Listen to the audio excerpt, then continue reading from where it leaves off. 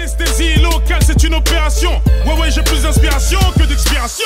Melinda Gate, Melinda Gate, Melinda Gate. C'est Noah Lounsi, Noisy Gang pour Cinélite. Venez tous regarder Cinélite, hein. Le seul site où il y a du cinéma, il y a de l'humour, il y a des rappeurs, il y a des beaux gosses, des têtes, on dirait des concombres. On est ensemble comme jamais. Ok Noah, ça va? Ça va et toi? Ça va. Tu peux te présenter pour ceux qui ne te connaissent pas encore? Alors pour ceux qui me connaissent pas, pardon, moi c'est Noah Lounsi. Humoriste, viner, comédien, tailleur, clasher, tout ce que tu veux. Je fais ça depuis maintenant, on va dire 1 an et demi, vraiment. Et donc tu peux me retrouver sur, que ce soit sur le net, sur Instagram, Facebook, Twitter, YouTube.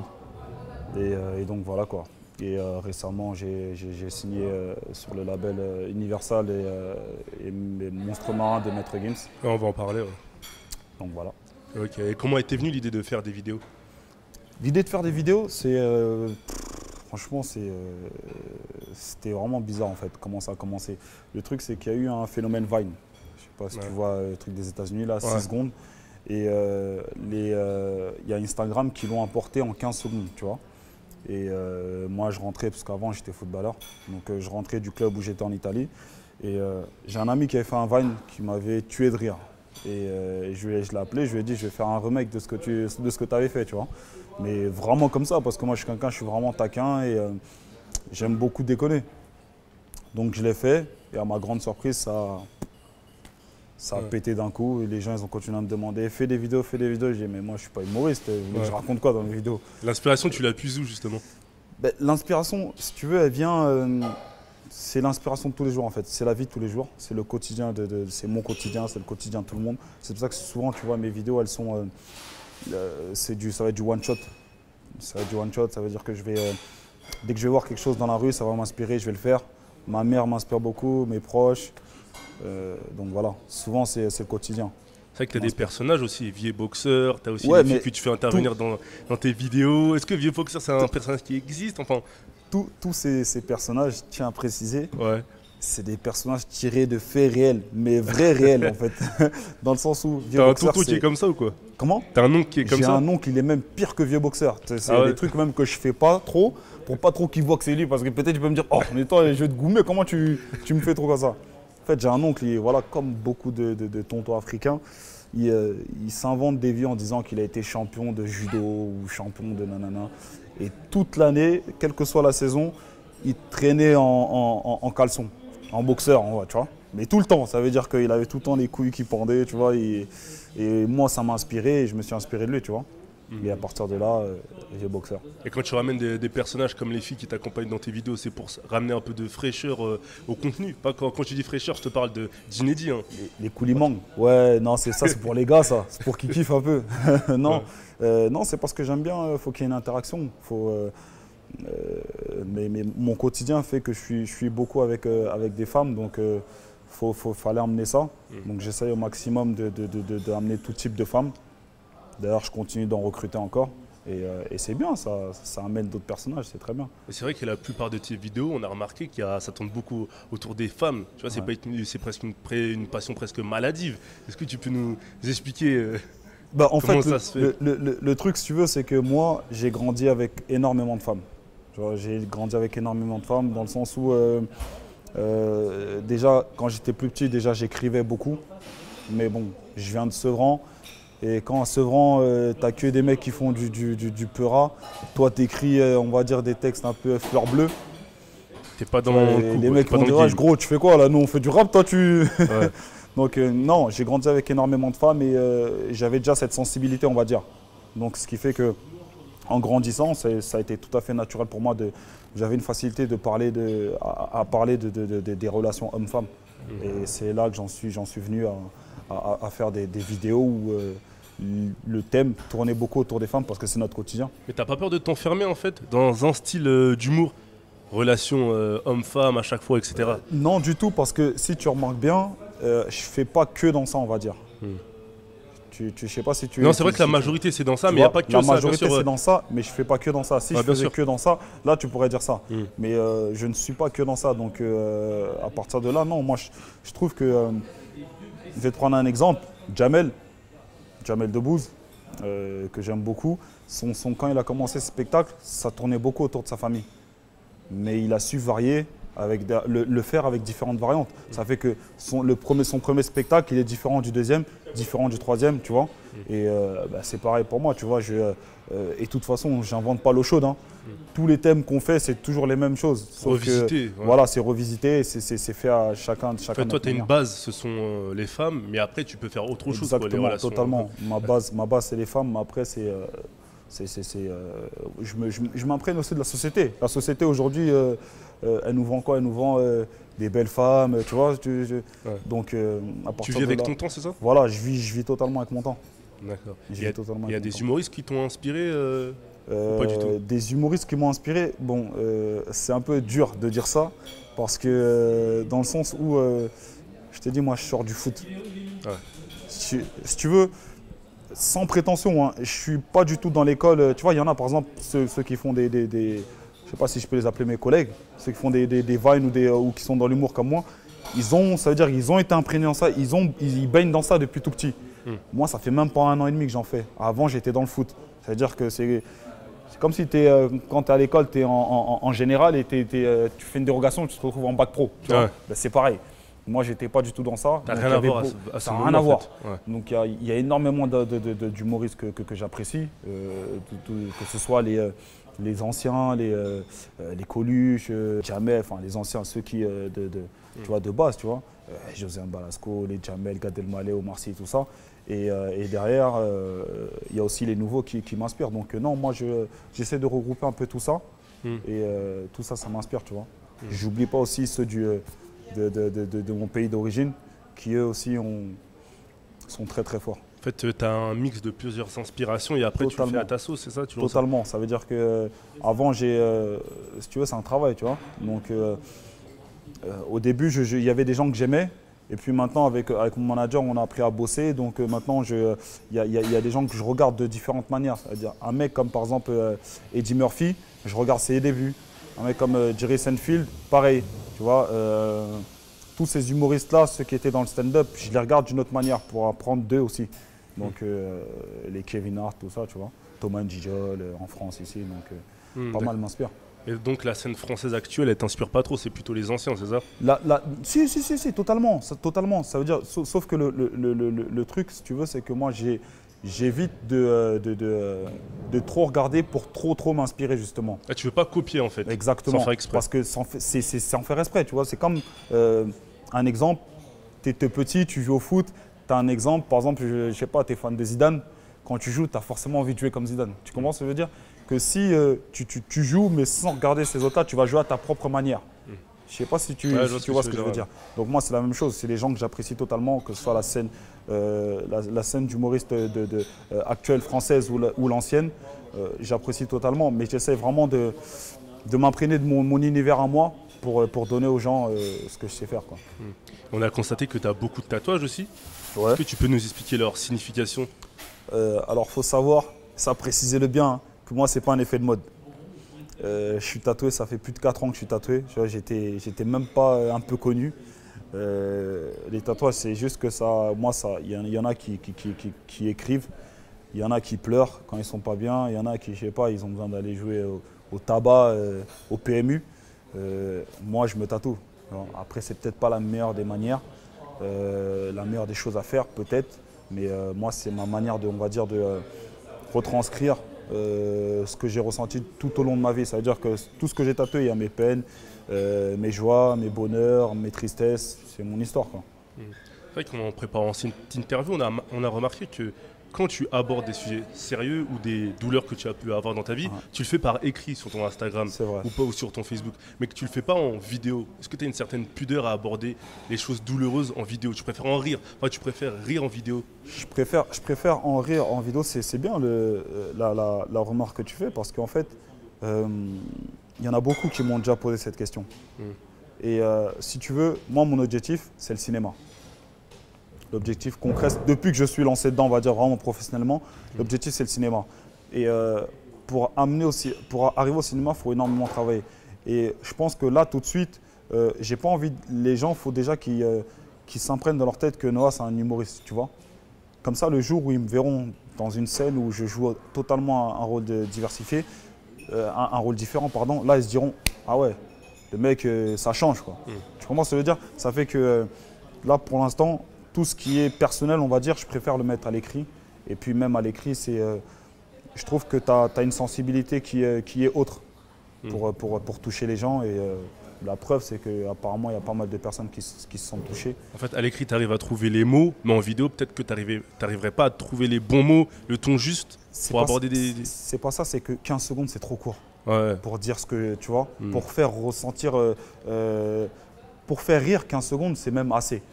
Mais pour changer pour faire ressentir par exemple de la douleur, de la peine, de la tristesse, 15 secondes, je trouve que c'est trop court. Tu vois, parce qu'il faut emmener la personne à ce sentiment. Et le meilleur des moyens, là, que j'ai trouvé, que ce soit quand je poste, c'est par l'écrit, tu vois. Et par écrit, moi, je ne sais pas si tu as remarqué, je fais énormément de fautes d'orthographe. Ouais, on me le reproche énormément. Ça. Et ça prouve. En fait, moi, quand les gens me disent « Mais pourquoi tu ne fais pas corriger tes fautes ?» Je leur dis « Je pourrais faire corriger mes fautes. J'ai des cousines qui elles ont bac plus 15, tu vois. Je pourrais le faire corriger. C'est juste que je veux garder cette… que les gens comprennent qu'en fait, voilà, l'état brut des choses, tu vois. Ça, c'est vraiment pour dire que ça sort de ma tête, ça sort de moi. Parce que, tu as vu, quand il y avait les dictées, moi, à l'école, j'étais, je crois, sur 10, j'avais moins 10 même. Tellement j'étais nul en dictée. Mais à contre-courant, je t'écris des textes. Il y a une fille, une fois, elle a lu un de mes textes, elle a fait des études littéraires. Elle me dit, t'écris comme un écrivain de l'ancienne époque. Alors que j'ai jamais lu un livre. Le seul livre que j'ai dû lire, c'est Tom Tom et Nana, tu vois, ou le France Foot, tu vois. Donc non, c'est la vie qui m'inspire et j'écris ce qui me passe par la tête. Ouais. Et au début de l'interview, tu disais que tu te considérais comme un humoriste, enfin tu te considères comme un humoriste, mais il y a beaucoup de gens qui disent que cette nouvelle génération de youtubeurs, de Viner, c'est pas vraiment des vrais humoristes. Toi, qu'est-ce que tu leur répondrais à ce Moi, qu'est-ce que je leur répondrais? Je leur répondrais, les mecs, intégrez-vous. En 2015, tu as vu, il y a la Wi-Fi, il y a le Bluetooth. Intégrez-vous. Ça veut dire qu'aujourd'hui, le procédé n'est pas le même. Pour repartir par exemple à l'ancienne, la génération phare, les Jamel, les Omar Sy, tout ça, tu vois, ceux qui ont amené le truc, eux, il n'y avait pas Internet. Aujourd'hui, tu ne peux rien faire sans Internet. Tu vois, la preuve en est, le digital, même par exemple en termes de vente, le digital et le physique, parfois le digital prend plus. Il y a même maintenant qui sortent leurs projets en digital. Tellement Internet, ça prend, tu vois. Et le travail que nous, on fait aujourd'hui sur le terrain, sur Internet, quand par exemple les maisons de disques elles viennent nous démarcher, nous aujourd'hui, les Viners ou ce que tu veux, le travail, on l'a déjà fait. Je ne sais pas si tu vois ce que je veux dire. Ça fait qu'en amont, on a déjà fait un gros travail. Tu comprends ce que je veux dire? Donc, quelque part, c'est une génération humoriste 2.0. Certes, c'est vrai que ce n'est pas la même école que ceux d'avant qui passaient par le théâtre, qui nanani, nanana. Mais le but final, je pense qu'il va être le même. C'est comme on dit, tout chemin mène à Rome, tu vois. On prend différents chemins, mais je pense que le but, c'est le même, tu vois. C'est d'arriver à une certaine arrivée. Donc maintenant, c'est vrai que je peux comprendre ceux qui sont sceptiques, ceux qui disent que c'est pas la même, c'est pas pareil, mais je leur dirais que derrière des vidéos de petites 15 secondes, c'est énormément de boulot, tu vois. Moi, je suis très perfectionniste, ça veut dire que pour une vidéo de 15 secondes que tu vois, je peux mettre 1 heure, 2 heures. Non pas parce que je vais mettre du temps à un truc, c'est juste que quand c'est pas joué comme je veux, ben, je vais le refaire jusqu'à temps que ce soit joué comme je veux, tu vois. Donc voilà, il y a tous ceux que tu vois faire des vidéos, c'est pour ça que parfois je monte au créneau par rapport à ça. Tous ceux que tu vois faire des vidéos comme ça, là, dis-toi que derrière ils font énormément de boulot, tu vois. Parce que peut-être que les gens se disent que vous ne pourriez pas monter sur scène, tu vois, vous ne pourriez peut-être pas assurer des spectacles de 1h30 comme les grands humoristes, etc. Mais toi tu dis que c'est pas parce que vous ne pouvez pas le faire ou peut-être que vous ne pouvez pas le faire tout de suite que vous n'êtes pas humoriste, c'est quoi? C'est autre chose. Il y en a beaucoup qui voient ça comme ça. Ouais. Mais moi, je te le dis aujourd'hui. Un exemple par rapport à moi, tu vois. Nous, avec mon manager, on bosse sur… on a un tout autre plan de carrière, que ce soit avec Gims ou avec mon manager, on a un tout autre plan de carrière. Ça veut dire que nous, tout de suite, on aurait pu faire de la scène. Les gens, tout ce qu'ils me demandaient, c'était fais de la scène, fais de la scène, fais de la scène. Tu vois, au bout de même pas 6 mois que ça avait explosé, ils me disaient c'est quand on te voit sur scène. Comment ça veut dire?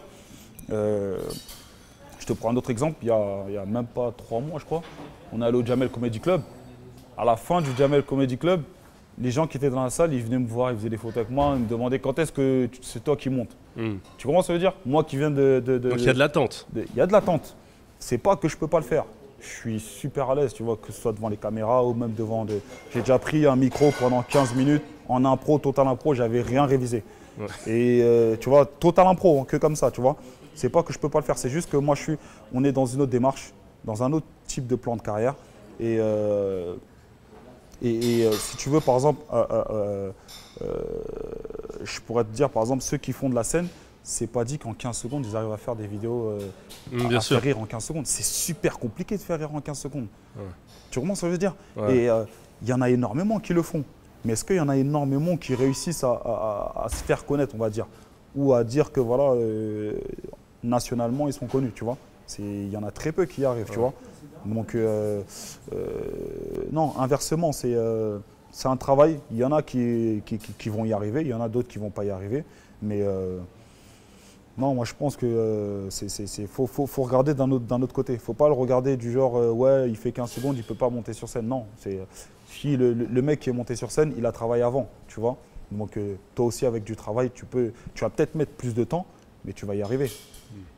Donc, si tu arrives à faire rire des gens sur 15 secondes, peut-être que ce n'est pas la scène, mais peut-être que c'est le cinéma qui va être, où tu vas être le plus à l'aise. Mais est-ce que tu te fixes des limites dans l'humour ou pas? C'est-à-dire? C'est-à-dire qu'il y a certains sujets que tu ne vas pas aborder parce que c'est pas bien d'en rire, ou tu veux pas en rire, ou tu as peur des conséquences sur la chose. C'est bien que tu dis ça, franchement, je te jure, c'est bien que tu dis ça parce que j'ai failli avoir des problèmes, tu as vu, même avec Charlie Hebdo, tu vois. Ah ouais? Avec Charlie Hebdo, j'avais des… Quand il y a eu l'attentat, tu vois, ouais. Il y avait des trucs qui fusaient dans ma tête, mais en blague, tu vois. Parce que moi, en fait, j'ai tellement connu de malheur dans ma vie que dès qu'il y a le moindre petit malheur, j'essaye de regarder le positif de ça. Je ne sais pas si tu vois ce que je veux dire. Et c'est souvent ce que les gens apprécient chez moi, c'est que je ne vois pas que la négativité, même dans le malheur. J'essaye d'en tirer le peu de bonheur ou le peu de tu vois. Donc, y a certains sujets qui sont délicats, on va dire. Mais quand c'est bien fait, tout peut être… on peut rire de tout, mais il faut savoir bien le faire. Et tu as déjà eu des reproches par rapport à Charlie, par exemple, etc. Charlie, j'ai eu des reproches. Par exemple, j'ai eu des gens qui… quand j'avais fait une vidéo où je disais… en gros, je disais, ouais, les gars de Charlie, c'est pas une heure pour venir faire vos attentats. Les gens dorment et tout, tu vois. Il y en a, ils n'ont pas fait la vaisselle, vous faites des attentats. Laissez-les au moins se réveiller. Il y en a qui ça a fait rire, tu vois. Il y en a d'autres qui ont moins apprécié. Et moi, on va dire, ce qui m'a peut-être attristé, c'est que les gens ont pensé que soit je me moquais ou quoi, tu vois, alors que pas du tout. Moi, je pensais aux familles, je soutenais les familles, je pensais à ceux qui voulaient…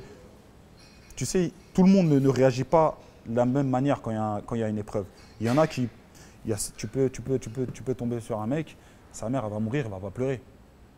Mais toute sa vie, il va faire une dépression. Tu comprends ce que je veux dire? Et il y en a un, il va pleurer et du jour au lendemain, il va faire comme si de rien n'était. C'est une question de personnalité. Exactement. Ouais. Chacun intériorise le truc comme il veut, tu vois. Donc, j'essaye de prendre ça en compte et me dire que y en a peut-être qui ne veulent pas que être dans la tristesse, tu vois. Ils veulent peut-être penser à autre chose, peut-être pas. Donc, c'est bien ou c'est pas bien, tu vois. Moi, je prends en compte les avis des gens. Donc, à refaire ou à pas refaire.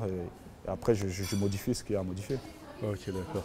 Et les personnalités publiques que tu as pu tacler un peu dans tes vidéos, est-ce que tu as déjà eu des retours de ces dernières ou pas du tout?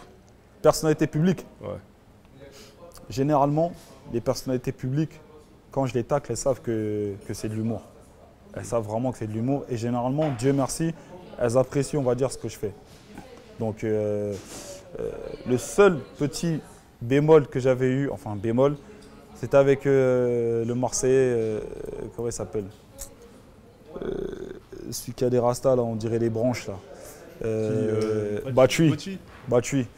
Ouais, il avait pas, apparemment ça l'avait touché parce que il était fan de ce que je faisais et il avait pris ça pour lui, alors que pas du tout, tu vois. Moi, je suis pas dans le, je sais pas comment dire, je suis pas dans le genre que toi, quoi. Tu vois, je suis pas dans le rentre dedans, je suis pas du tout comme ça, tu vois. C'est pour ça que quand on m'a dit que ça l'avait touché, moi-même ça m'a attristé parce que je me suis dit merde, le mec, tu vois, c'est pas le but. C'est pas le but, tu vois. C'est pas le but. Et moi, j'avais même aimé le rencontrer et tout, tu vois.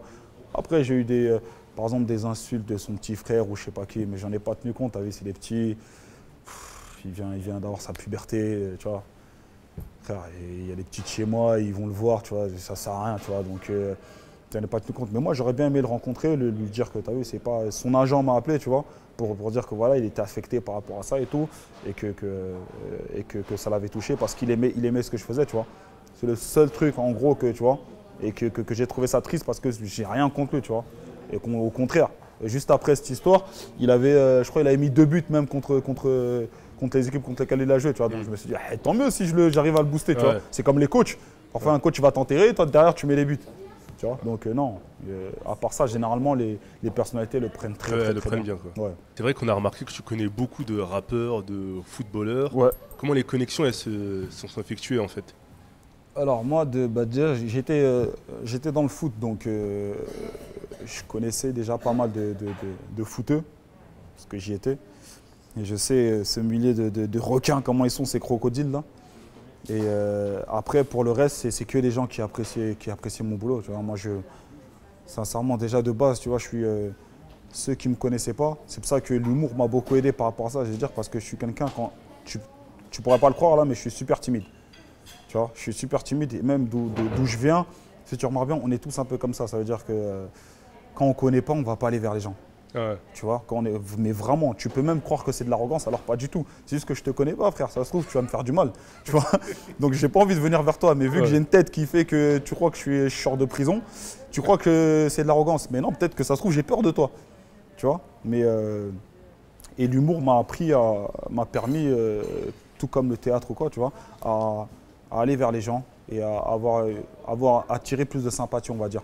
Et d'ailleurs, comment tu arrives à gérer cette notoriété grandissante? Les gens qui viennent te demander peut-être des autographes. C'est grandissant, les gars, je suis pas Johnny Hallyday quand même. Mais quand même, les gens, peut-être ils t'arrêtent dans la rue, tu dis que tu es timide, donc peut-être que des fois tu sors de la boulangerie, tu n'as peut-être pas envie qu'on vienne te demander une photo. Non, c'est vrai, je vais pas faire genre je suis inconnu. C'est vrai que plus ça va, plus on commence à m'arrêter dans la rue. Je le vis très bien. C'est vrai que tout au début, ça me faisait bizarre. Tu vois, je me disais, il y a des gens qui m'arrêtaient et tout. Moi, je me disais, mais attends, tu m'arrêtes parce que je fais des vidéos de 15 secondes, tu te fous de ma gueule ou t'es sérieux là, tu vois. Et plus ça allait, puis vraiment des messages de sympathie, des messages forts même. Et ça donne vraiment envie de continuer, de ne pas lâcher, tu vois, de travailler encore plus pour amener autre chose à chaque fois. Et récemment, tu as signé chez Monstre Marin, le label de Maître Gims. Est-ce que tu peux nous expliquer comment s'est faite cette signature?